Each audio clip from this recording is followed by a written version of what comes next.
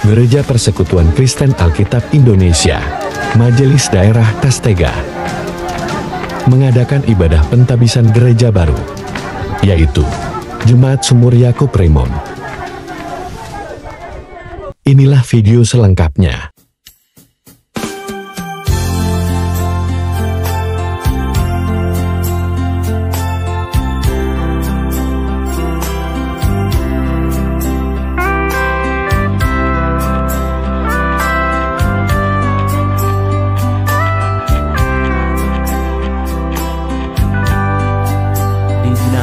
Tuhan Obaoro dan Moroju di jenah Tuhan Obaoro dan Moroju. Oh Yesus kali tejahi dunoror mebi Tuhan Obaoro dan Moroju. Tuhan pasti buka jalan. Ku tahu Tuhan pasti buka jalan.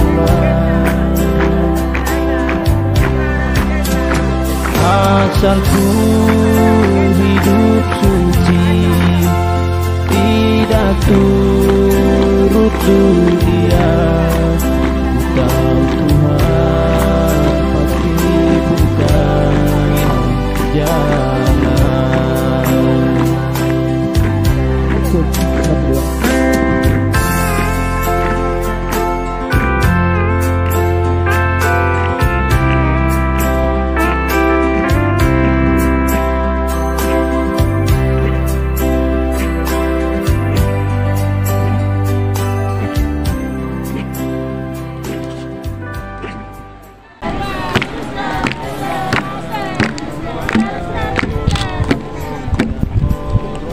Lapor ibadah syukuran dan peresmian gereja baru Jemaat Sumur Yakub Remon. Siap. Silakan.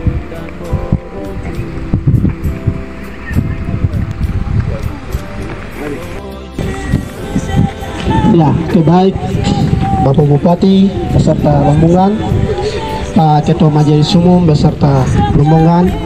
Di saat ini kita akan siap untuk masuk dalam prosesi pengaruh-pengaruh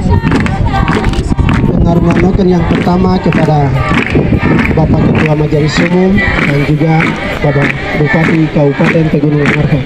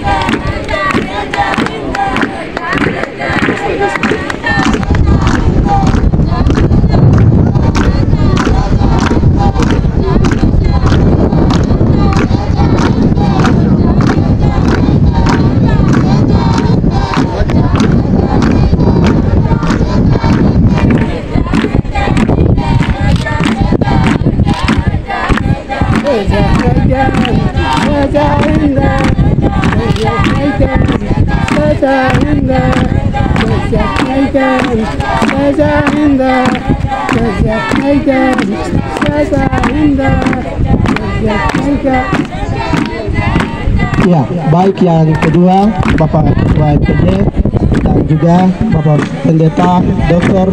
Andi F. Rangga.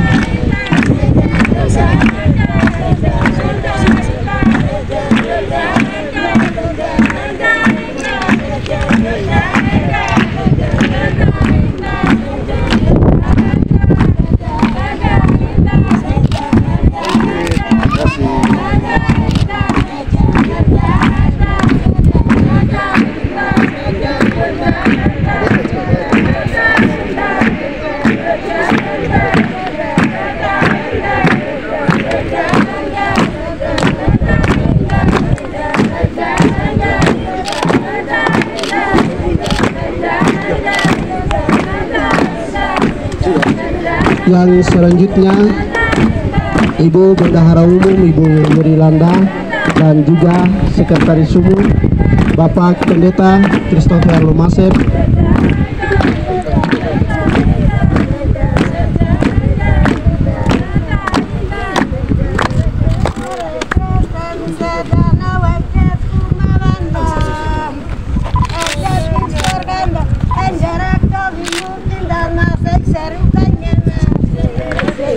Yang selanjutnya Bapak Pangdam dan juga Bapak Kepala Dinas PU.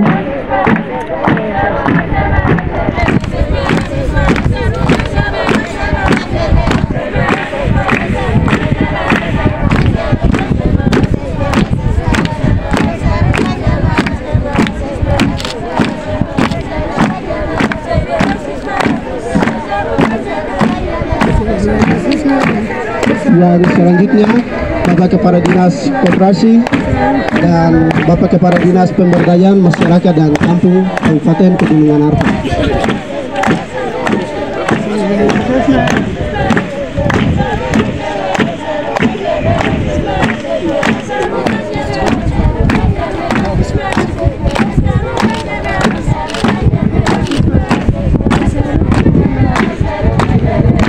Yang selanjutnya Bapak Kepala Dinas Kespangpol dan juga Bapak Kepala Distrik Testega atau yang mewakili Pak Sekretaris Distrik Testega Satpol PP.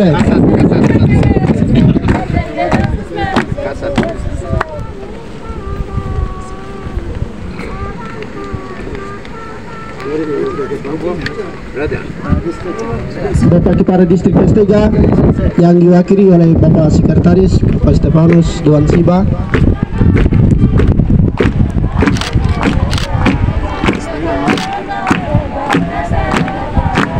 Dan yang selanjutnya dari perwakilan dari Terang Papua,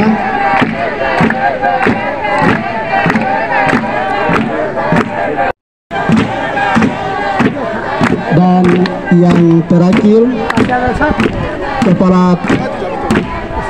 kepala tukang yang membangun gereja atau yang mewakili, dan juga Ketua Majelis Daerah Testega yang diwakili oleh Pak Wakil Ketua Majelis Daerah Bapak Pendeta Rinus Doan Siba Sarjana Teologi.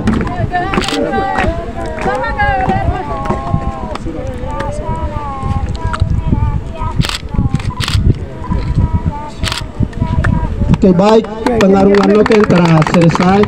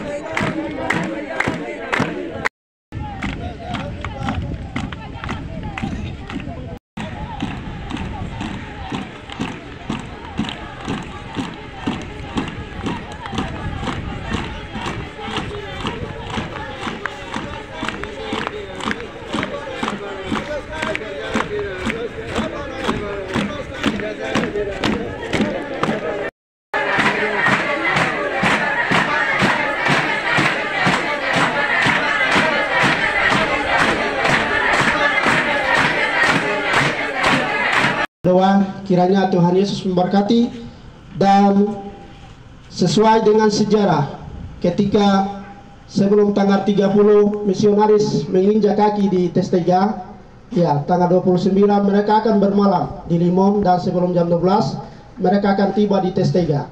Dengan itu kita akan masuk dalam pembacaan sejarah singkat yang membaca sejarah singkat oleh Bapak Pendeta Dr. Tandi Efranda. Kepada Bapak, waktu dan tempat dipersilakan.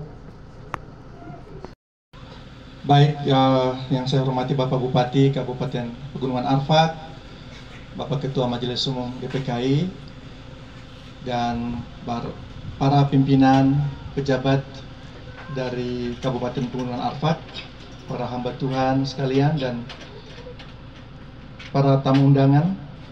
Izinkan saya membaca secara ringkas sejarah awal pekabaran Injil di suku Meyah Testega. Saya akan mulai dengan kematian Walter Erikson dan Edward Reed pada tanggal 28 September 1952. Beberapa misionaris baru terpanggil untuk melanjutkan pelayanan di Papua. Yang pertama, tanggal 30 Desember tahun 1952, Harold dan Murray Lofstrand tiba di Manokwari. Yang kedua, Jack Manley berangkat dari Amerika pada tahun 1953 dan tiba di Manokwari pada tanggal 4 Oktober 1953. Jadi pada tahun 1953 ada 5 misionaris yang melayani atau melanjutkan pelayanan Walter Erikson dan Edward Reed.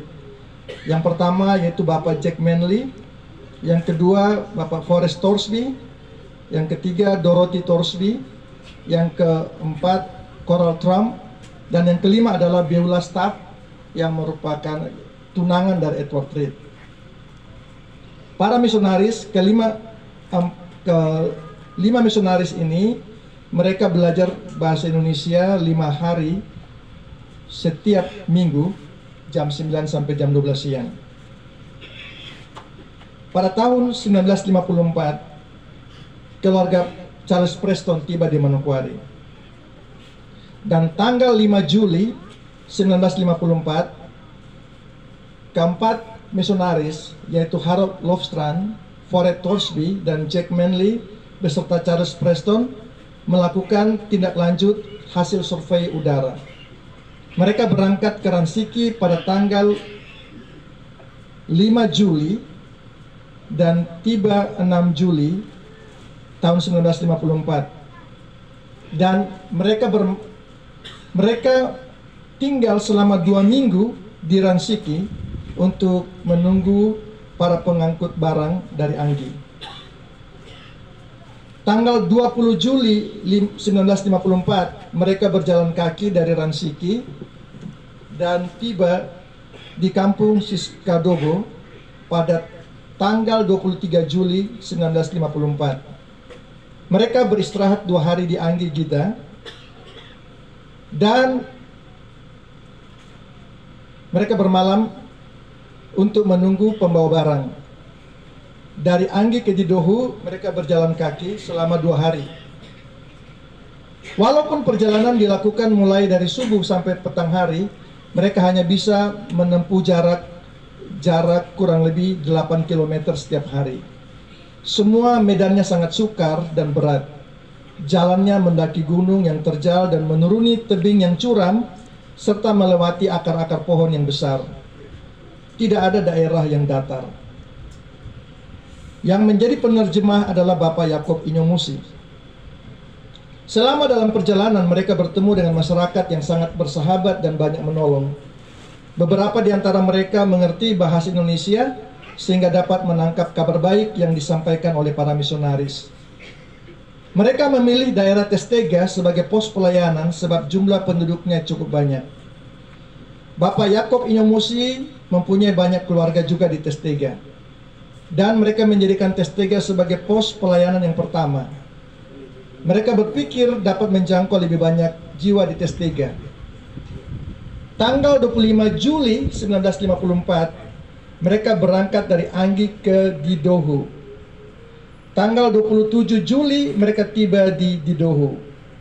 Setelah 2 hari di Didohu, yaitu pada tanggal 29 Juli tahun 1954, mereka berangkat dari Kampung Rimom. Mereka berangkat ke Kampung Rimom dan mereka disambut oleh kepala suku Rimom yaitu Bapak Seimera. Dan itu sebabnya tanggal 29 Juli ini akan dilakukan peresmian gedung gereja. Dan pada tanggal 30 Juli 1954 jam 9 pagi rombongan misionaris ini berangkat dari Rimom dan tiba di Testega sebelum jam 12 siang. Keempat misionaris yaitu Harold Lofstrand,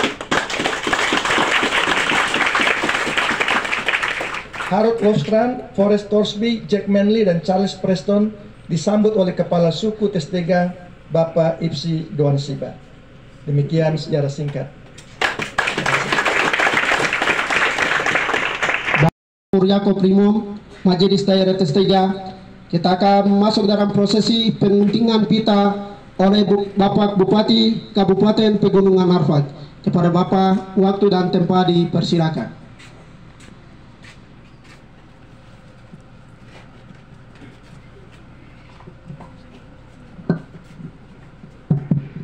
Shalom. Terima kasih, puji nama Tuhan. Mari tepuk tangan kita semua dulu. Ya, bisa ada di tempat ini untuk mengikuti secara peresmian. Kiranya gereja ini sudah diresmikan dan jemaat-jemaat bisa pakai menggunakan untuk memuji dan memuliakan nama Tuhan. Amin. Amin.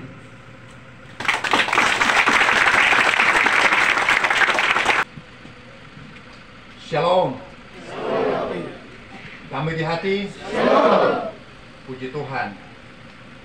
Bapak Bupati Kabupaten Pegunungan Arfak yang saya hormati, kasihi dan banggakan, beserta pimpinan OPD Kabupaten Pegunungan Arfak. Peresmian gedung gereja hari ini adalah salah satu gedung gereja bersejarah di Kampung Rimong, yaitu Jemaat Sumur Yaku. Karena itu, saya atas nama Gereja Persekutuan Kristen Alkitab Indonesia akan membuka pintu sebagai tanda dimulainya penggunaan gedung gereja ini untuk hormat kemuliaan bagi nama Tuhan, secara khusus menjadi tempat doa dan tempat mendengarkan firman Tuhan. Karena itu, dengan memanjatkan puji dan syukur kepada Yesus Kristus Kepala Gereja, saya mentabiskan dan membuka pintu gedung gereja pada hari ini. Tuhan memberkati.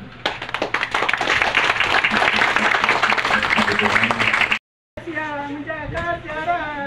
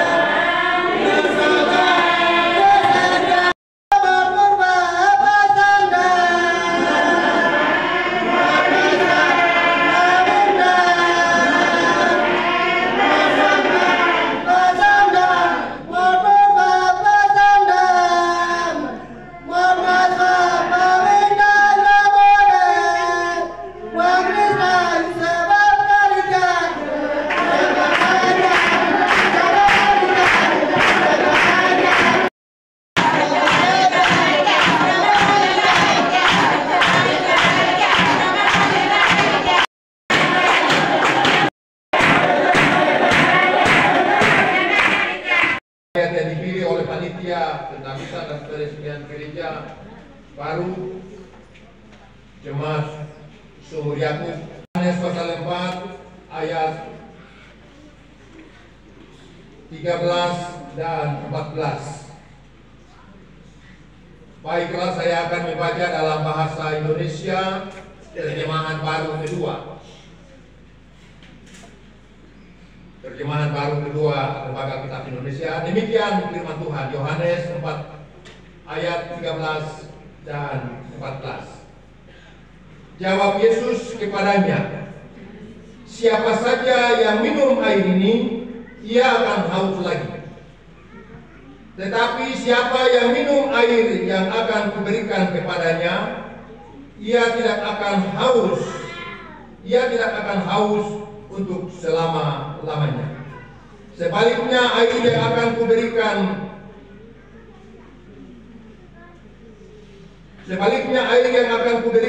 kepadanya akan menjadi mata air di dalam dirinya dan terus-menerus memancar sampai pada hidup yang kekal. Demikianlah pembacaan firman Tuhan. Bapak Ibu jemaat yang dikasihi Tuhan, sebelum saya mengajak kita belajar bersama-sama dari dua ayat ini, saya mau tanya, siapa di antara saudara-saudara yang belum pernah minum minuman ini? Bisa kenal minuman ini kan? Kenal. Siapa yang belum pernah minum seumur hidup sampai hari ini? Coba angkat tangan, saya mau tahu saja. Ada? Tidak ada. Puji Tuhan. Itu berarti yang di dalam ruangan ini, yang ada di luar, semuanya pernah minum minuman yang satu ini. Amin. Apa ini namanya? Ya, Coca-Cola. Mungkin Bapak-Bapak saya. Saudaraku, siapa yang menciptakan Coca-Cola ini? Itu dibuat di mana? Di negara mana? Di kota mana? Ada yang tahu? Bapak di Amerika. Puji Tuhan, Bapak 50%. Kota mana?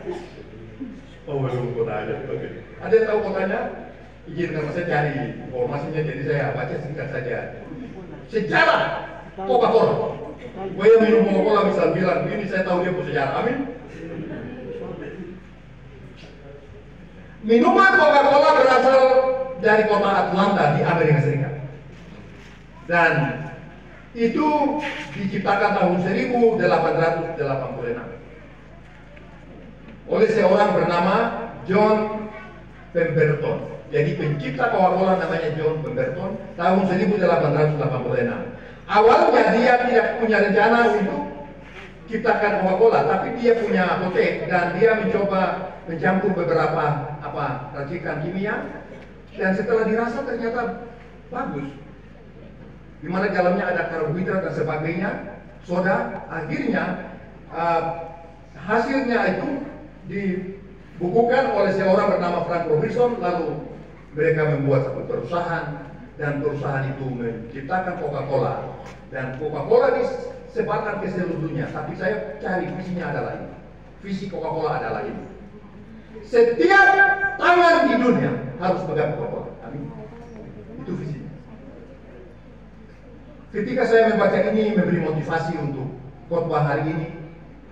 Kenapa panitia pilih tema yang luar biasa? Yang terambil dari Yohanes pasal 4 ayat 13 dan 14. Jawab Yesus kepadanya, siapa saja yang minum air ini, dia akan haus lagi. Tetapi siapa yang minum air yang akan kuberikan kepadanya, dia tidak akan haus untuk selama-lamanya. Haleluya. Sebaliknya, air yang akan kuberikan kepadanya akan menjadi mata air yang terus-menerus memancar sampai pada hidup yang kekal. Luar biasa. Jika saya merenungkan ayat ini dengan saya merenungkan atau memikirkan Coca-Cola, siapa yang minum Coca-Cola ini akan haus lagi. Amin. Minum ekstra jos juga akan haus lagi. Tetapi ada air yang ditawarkan oleh Juru Selamat kita. Bapak Ibu Saudaraku, dalam konteks ini pada waktu itu kita tahu Yesus berjumpa dengan seorang perempuan Samaria. Nama perempuan ini tidak disebutkan. Tetapi kisah itu dicatat jelas di dalam Yohanes pasal 4 keseluruhan ayat. Dan di dalam percakapan itu ketika Yesus berbicara dengan perempuan itu, di dalam ayat 7 dikatakan begini.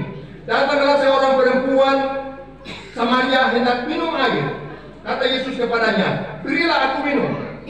Sebab murid-muridnya pergi ke kota dan membeli makanan. Jadi pertama, Yesus seolah-olah dia minta air minum. Tetapi perempuan itu bilang, Tuhan, memang ada air di sumur ini tapi dalam. Tuhan ada punya iman tidak? Lalu dalam percakapan itu, akhirnya Tuhan Yesus bilang di dalam ayatnya yang ke-10. Jawabnya kepadanya, jikalau engkau tahu tentang karunia Allah, dan siapa dia yang berkata kepadamu, berilah aku minum, niscaya engkau telah meminta kepadanya, dan ia telah memberikan kepadamu air itu. Jadi seolah-olah Tuhan minta air kepada perempuan itu, tapi sebenarnya Tuhan tahu bahwa yang membutuhkan air hidup adalah perempuan itu. Akhirnya dari pembicaraan itu Tuhan bilang, ada air, ada jenis air yang kalau satu kali minum tidak akan datang lagi untuk ambil air. Akhirnya perempuan itu penasaran dan dia bilang begini, kalau begitu Tuhan kasih air itu saya, supaya saya jangan datang lagi untuk ambil air di sini. Akhirnya Tuhan bilang, kalau begitu pergi dan panggil suamimu. Ternyata dia bilang, yang ada padaku memang ada 5 laki-laki, tetapi itu bukan suami. Dan dia jujur berbicara, dan akhirnya dalam percakapan itu Tuhan menuntun dia, dan dia bilang, engkau adalah nabi. Bapak Ibu saudaraku yang Tuhan Yesus kasih, pada akhirnya perempuan itu diselamatkan, diinjil. Dan tidak sampai di situ, kalau baca ayat selanjutnya, dia kembali ke kampungnya, kampung Samaria. Dan dia sampaikan, mari datang, di sana ada satu orang, mungkin dia nabi. Akhirnya kita bilang, seluruh kota Samaria datang, dan mereka berjumpa dengan Yesus secara pribadi. Mereka terima Yesus, dan Tuhan melayani mereka. Mereka tinggal, Yesus tinggal di Samaria selama 2 hari lagi. Dalam proses ini, Bapak Ibu, saya menemukan satu hal yang kiranya menjadi motivasi kita di hari. Kita ada di tempat ini karena penginjilan, amin. Karena Injil yang dibawa oleh para misionaris lewat sejarah yang tadi kita dengar. Bahkan besok kita akan merayakan 69 tahun Injil masuk di Papua Barat, di Pegunungan Arfak, suku Maya. Dan kuasa Injil itu hasilnya seperti yang kita lihat hari ini. Nah, tetapi hari ini saya mengajak kita melihat bahwa Injil itu adalah bicara tentang pribadi Yesus. Bahwa Injil itu tidak hanya merupakan sejarah, tetapi setiap orang harus bertemu pribadi, menerima Yesus sebagai Tuhan dan Juru Selamat pribadi, percaya, beriman, mengaku dosa, bertobat. Itulah inti Injil yang dibawa oleh para misionaris. Mereka bawa dan datang.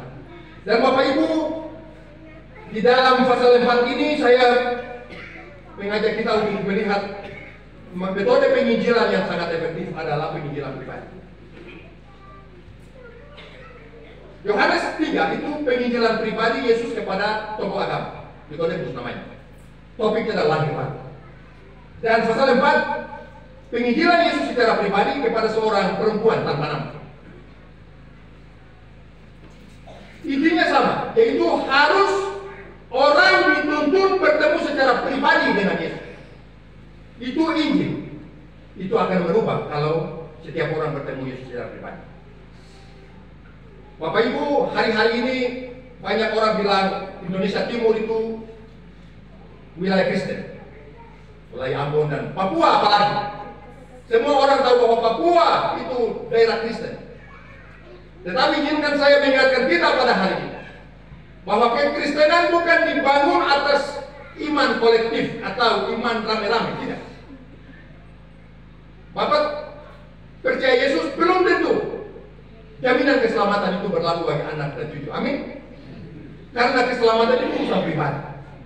Karena itu lewat peresmian hari dan juga perayaan besok, pastikan bahwa setiap orang yang namanya ada di daftar GPKI mempunyai hubungan pribadi dengan Yesus, sudah menerima dia, sudah lahir baru. Jikalau tidak, wah ini bahaya. Karena banyak orang mengaku menjadi Kristen, Bahkan di pasal 3 kalau lihat, izin Bapak Bupati kalau pernah mendengar, saya pernah khotbah di gereja di GSO tentang kelahiran baru itu ya, lahir baru, bahwa Nikodemus itu seorang tokoh agama, ternyata dia tersesat. Kalau Nikodemus meninggal sebelum bertemu Yesus, pasti dia masuk neraka. Amin. Karena Tuhan Yesus bilang, barang siapa tidak dilahirkan dari air dan roh, dia tidak dapat masuk kerajaan Allah. Makanya Yohanes 3:16 yang sering kita kutip itu, dari 3:16 itu dari konteks percakapan Yesus dengan Nikodemus. Karena itu tidak ada jaminan bahwa setiap orang yang namanya ada di dalam daftar keanggotaan GPKI pasti masuk surga. Tidak. Kecuali terima Yesus sebagai Tuhan dan Juru Selamat pribadi. Amin. Karena itu biarlah hari ini dalam peresmian ini dengan besok perayaan, mari kita berkomitmen untuk terus membawa kabar baik. Saya melihat di dalam cara penginjilan Yesus dengan perempuan Samaria ini, itu metode penginjilan yang sederhana yang saya lihat di sini ada 3 bagian. Tadi malam ketika berbicara dengan Bapak Yahya ada kan? Mana Bapak Yahya? Oh iya, terima kasih Bapak. Bapak punya catatan percakapan tadi malam itu saya catat, itu luar biasa. Rupanya Bapak Yahya menghafal misionaris yang datang punya metode yang luar biasa. 5 hal yang dicatat di dalam penginjilan. Yang pertama, misionaris buka lapangan. Yang kedua, buka radio. Yang ketiga, puskesmas. Yang keempat, sekolah. Yang kelima, penginjil. Luar biasa, Bapak saya catat ini suatu diskusi tadi pagi tapi luar biasa. Kita semua tahu ini, kita saksikan. Tuhan yang saya bagikan siang hari ini, mari lewat momentum ini kita berkomitmen secara khusus Jemaat Sumur Yakub Rimo, kita berkomitmen lagi untuk memberitakan Injil secara pribadi. Memang ada KKR yang dilaksanakan, tetapi penginjilan pribadi adalah metode yang paling efektif. Puji Tuhan, kiranya firman Tuhan terus menguatkan kita dan kita menjadi saksi Tuhan sampai Dia datang kembali. Demikian firman Tuhan yang dapat saya sampaikan pada saat siang hari ini. Mari kita tunduk kepala dan kita berdoa.